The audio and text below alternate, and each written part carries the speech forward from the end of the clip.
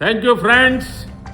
মোদিজি আবার প্রমাণ করলো যে ভারতবর্ষে বিশৃঙ্খলা সৃষ্টি করে কখনোই মানুষের মন জয় করা যায় না বন্ধুরা। হ্যাঁ, फ्रेंड्स, मैं जानता हूं कि पेपर लीक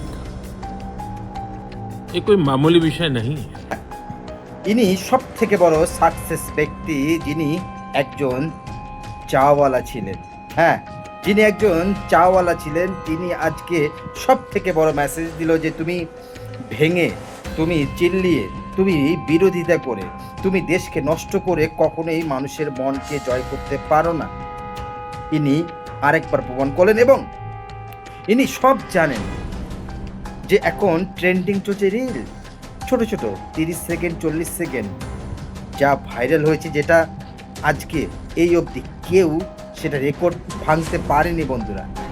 হ্যাঁ, আপনি ঠিকই শুনছেন, রেকর্ড ভাঙতে পারেনি। ইনি সব জানেন যে ককরোচ জনতা পার্টির কী হতে পারে ভবিষ্যৎ, যে অপোজিশন রয়েছে বিরোধী পার্টিরা, তার কি পরিস্থিতি হতে পারে দেশে, মানুষ কিভাবে তাদেরকে মনে রাখবে, কোন জায়গায় তারা ট্রাভেল করছে আজকে, সেটাও কিন্তু উনি জানেন। সত্যি দেশকে পরিবর্তন করতে পারবে শুধু একজনই, শ্রী নরেন্দ্র মোদী।